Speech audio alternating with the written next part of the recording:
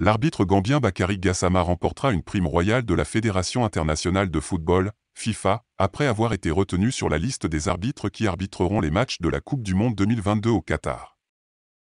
Selon le site Sportune, spécialisé dans les aspects de l'économie du sport, les arbitres sélectionnés pour la Coupe du Monde toucheront une prime fixe de 57 000 € avec une prime de 2 500 € par match.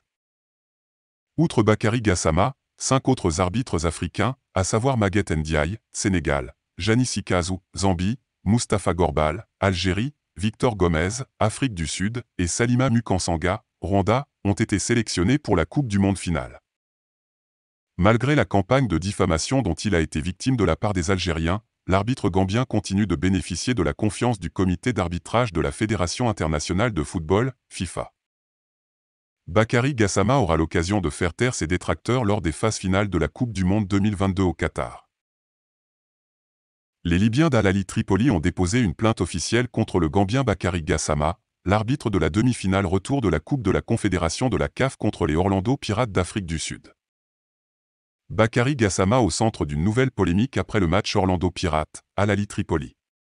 Le club libyen a officiellement confisqué la CAF en raison de plusieurs erreurs commises par l'arbitre gambien pendant le match. La correspondance d'Al Ahly Tripoli. Nous faisons référence au match de notre équipe lors du match retour de la finale de la Coupe de la Confédération de la CAF contre Orlando le dimanche 15 mai 2022. Nous vous présentons cette protestation contre l'arbitre du match qui a eu lieu entre notre équipe et l'équipe des Orlando Pirates en République d'Afrique du Sud. Notre équipe a subi une injustice flagrante et claire de la part de l'arbitre car son coup de sifflet n'était pas juste et impartial, mais plutôt biaisé envers notre adversaire, ce qui a influencé le résultat du match en faveur de notre adversaire et a ruiné les efforts de toute la saison pour notre équipe.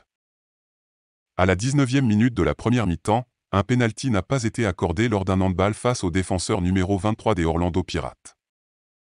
À la 29e minute, l'arbitre annonce avec confiance que les joueurs et coéquipiers adverses n'accorderont pas de pénalty après une main claire du défenseur numéro 4 adverse. Lorsque notre équipe était sur le point de tirer le pénalty, nous avons été pris au dépourvu lorsque l'arbitre est passé à la vidéo et a annulé le pénalty à la stupéfaction de tout le monde où l'infraction est claire et vous n'avez pas besoin d'un VAR. Puis l'attaquant de notre équipe, Mohamed Abuzurek, a été brutalement touché par le numéro 13 adverse, qui méritait d'être expulsé, mais l'arbitre n'a pas levé le petit doigt. Ce que nous craignons et avertissons s'est produit dans notre lettre vous demandant de changer d'arbitre de match et vous avez refusé notre demande. Bien que Bakary Gassama ne l'ait pas fait en raison de sa mauvaise histoire de gestion des matchs de la CAF et des problèmes que de nombreux clubs ont causés. Jeux et des équipes qui ont détruit leurs ambitions et leurs efforts avec son coup de sifflet malhonnête. Alors que nous vous apportons cette protestation, nous exprimons notre désapprobation du comportement de Bakary Gassama et nous sommes surpris que vous insistiez pour lui confier des jeux importants et sensibles, loin de l'intégrité, la transparence, la justice et le respect des droits exigent que toutes les équipes gagnent et rivalisent. Le match s'est terminé par une victoire 1-0 pour Al Ahly Tripoli. Un résultat qui n'a pas suffi en raison de la défaite 2-0 au match aller.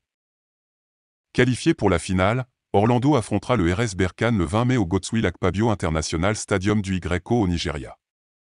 N'oubliez pas de vous abonner et surtout de cliquer sur la cloche de notification. Likez la vidéo si ce n'est pas déjà fait. Laissez aussi votre point de vue en commentaire.